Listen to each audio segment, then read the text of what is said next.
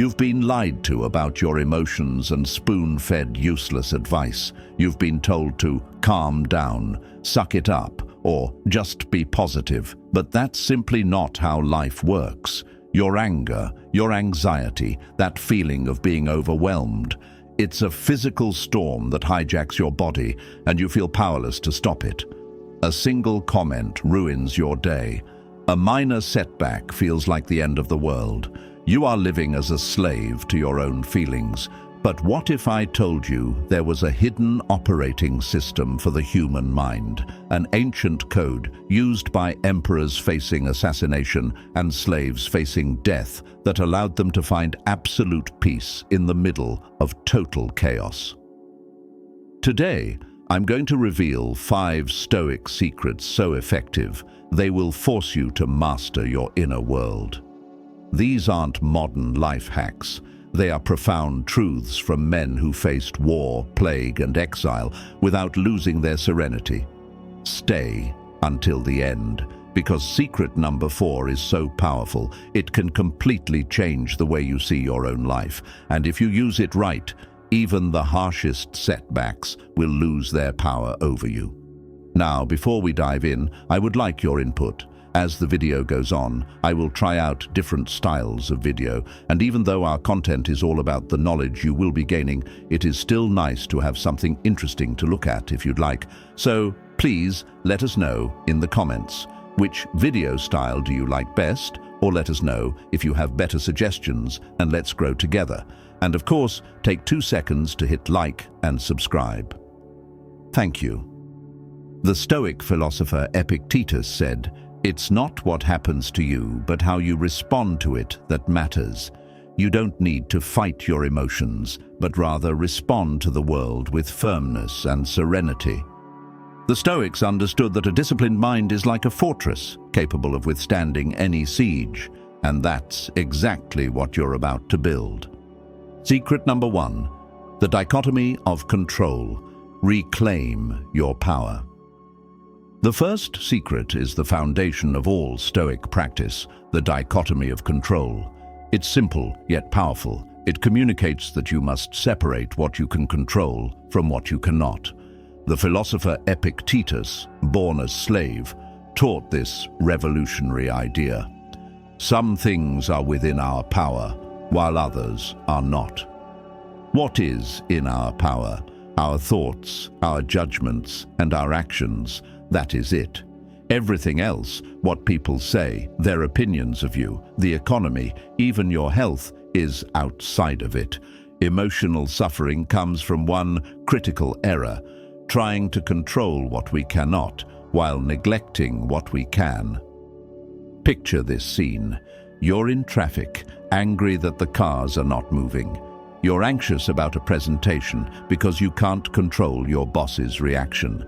In these moments, you have given away your peace to things you don't control. The Stoic response is to draw a clear line. The next time you feel anger or anxiety, pause and ask, is this within my control or outside of it? Imagine a colleague sends a passive-aggressive email. You cannot control they sent it, but you can control your judgment of it. You can see it as a mere annoyance, not a personal attack. You can control your response, choosing to reply with calm professionalism, or not at all. You have power over your mind, not outside events. Realize this, and you will find strength. By focusing only on your thoughts and actions, you unplug from the chaos and reclaim your power. Secret number 2, respond, don't react. Create the pause. The second secret is the art of the pause, the space between a trigger and your response. The philosopher Seneca, who advised the volatile Emperor Nero, knew that anger is a brief madness. His most practical advice was this: the greatest cure for anger is delay. When an event triggers you, an insult, a setback, the instinct is to react. This reaction is primitive, driven by ego. The secret is to intentionally create a space between that trigger and your action. In that space lies your freedom. Imagine your partner says something that feels deeply unfair. The immediate impulse is to lash out and escalate the conflict. Your heart pounds, a sharp retort on the tip of your tongue. This is the moment to pause. Take one deep, deliberate breath. This pause is not suppression. It is giving your rational mind a chance to catch up with your impulse. During this pause, you ask, will reacting in anger make this better or worse?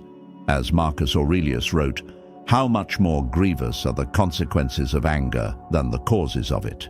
That simple pause forces you to reconsider your action because you've made it clear to yourself that you will not be ruled by impulse. In Stoic terms, this is pure self-mastery. You stop being a slave to your anger and start using wisdom to guide you. Secret number 3. Reframe your perspective.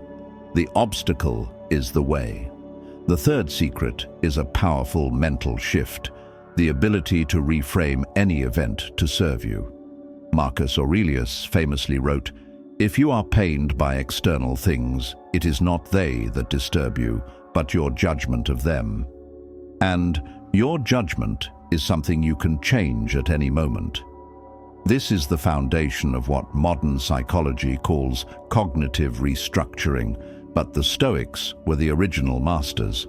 No event is inherently good or bad. Only our interpretation gives it an emotional charge. Imagine you are given an incredibly difficult project at work.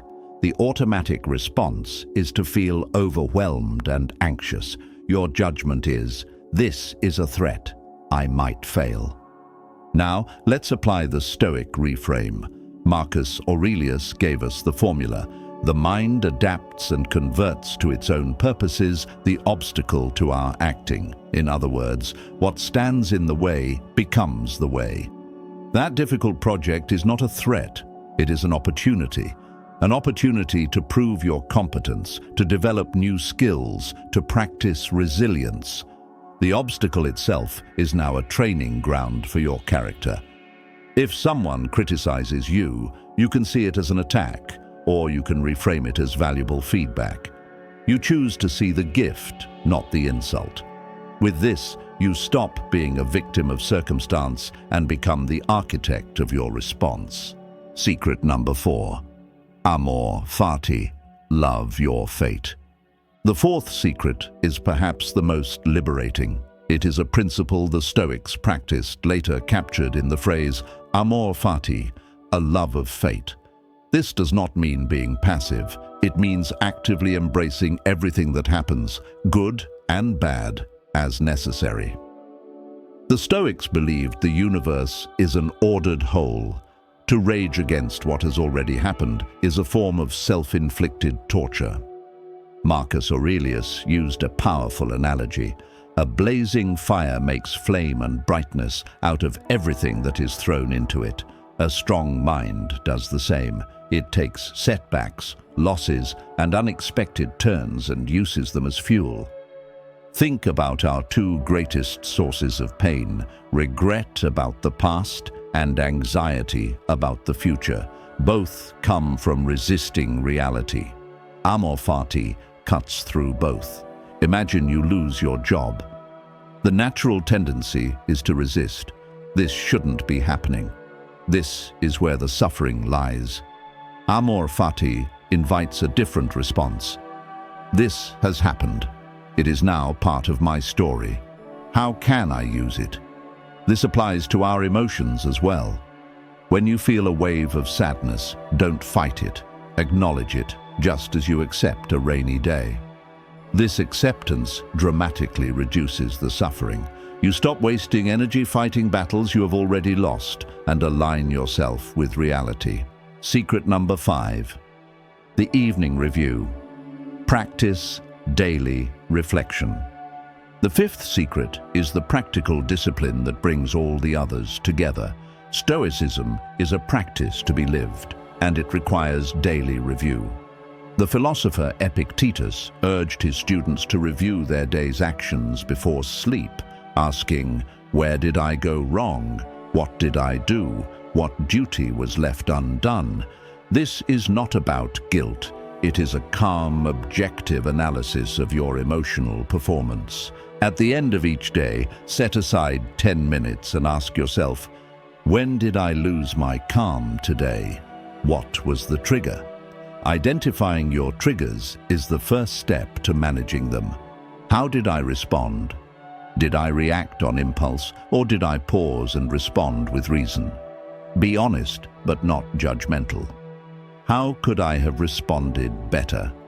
Rehearse the scenario in your mind, visualizing yourself applying one of these secrets. What did I do well? Acknowledge your successes.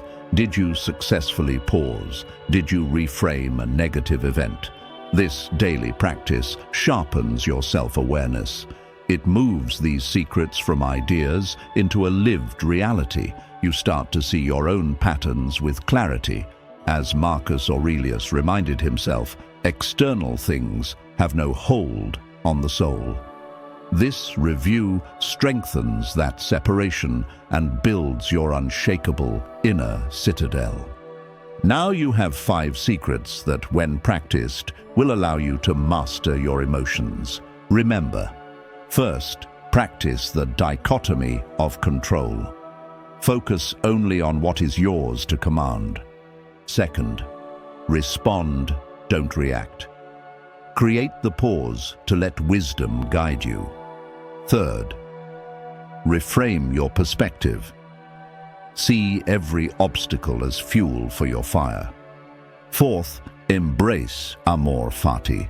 Accept and love what is, for it is your path. And fifth, conduct the Tata.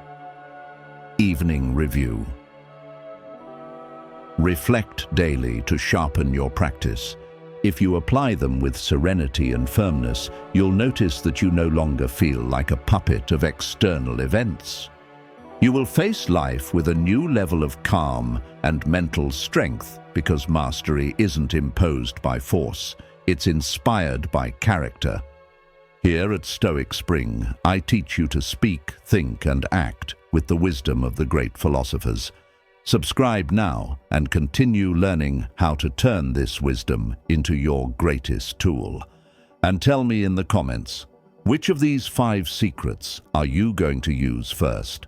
I'll be excited to read your answers. And since you're still here, remember to comment which video style you prefer. Also be sure to like and subscribe before you go. Until next time, stay stoic, my friend.